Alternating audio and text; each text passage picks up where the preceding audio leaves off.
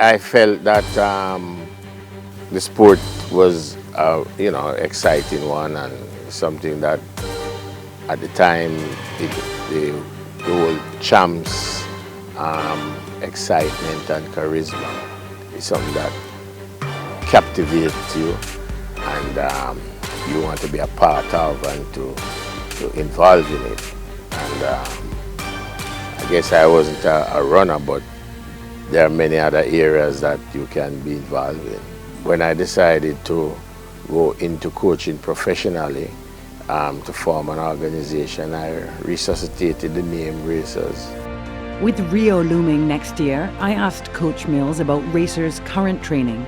At this period, we're working extensively on strength, flexibility, endurance, trying to put the background in so that we will build from there going into next year. Not much in terms of high intensity, but we'll pick up in another week or two going because the competitive period, they're 1 or 2 preparing for indoors, and by the time February comes around, it's time for us to start doing our pre-competition work. The work is more intense. You train at a higher speed.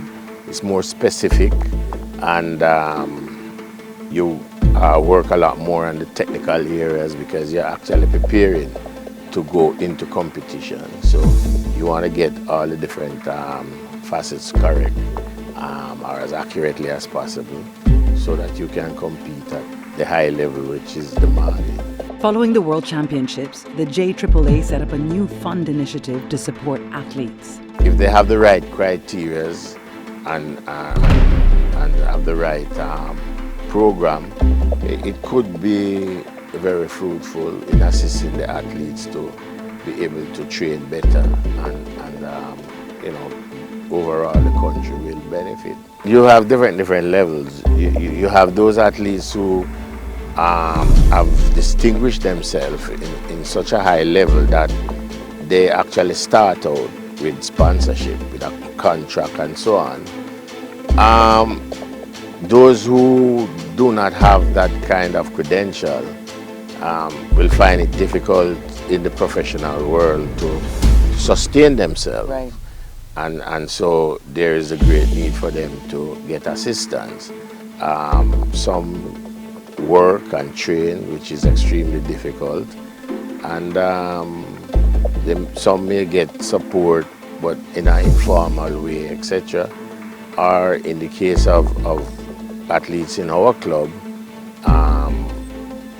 the club itself sponsor quite a number of the athletes who are here through our development program, which we get a lot of support from Adidas.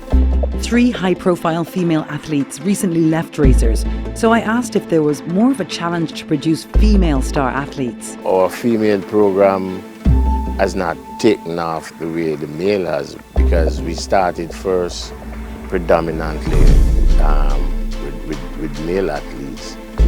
Early in the season we had, back in 2004, 5, and we had Aileen Bailey. Aileen Bailey and all our major successes at the Olympic and World Championship was achieved while she was at Racers. But the problem, one of the problems with us is that our club does not really have a base like you could bring the females into a protected area. We don't have that link with the institution. However, we have been discussing it with UWI and the Vice Chancellor and the Principal, and they're looking at giving us housing here at UWI, so that when that is finalized, we'll be in a better position to recruit female athletes in a much more formal and larger way. And we have no doubt that our program will produce outstanding females eventually. Everything happening in the view of time. Glen Mills coaches the most famous track star in the world, so I had to know how he first met Usain Bolt. Well, Usain, I saw him running from a distance at boys and girls champs and so on. And then my first direct encounter with him was, he was a member of the Jamaica team to the 2004 Olympics. And that is where the first time I had any kind of interaction. Yeah, he has a captivating personality. He knows how to interact with people and it sort of endear them to him. Yes. But on the track, he's a serious, despite the things that you see he does, the rituals and so on, but inside he's very serious. We have difference of opinion, yes, but nothing too serious. We have mutual respect for each other, and so he knows I'm the coach, and I lay the law down, etc. So it's no problem. It's a joy working with him most of the time.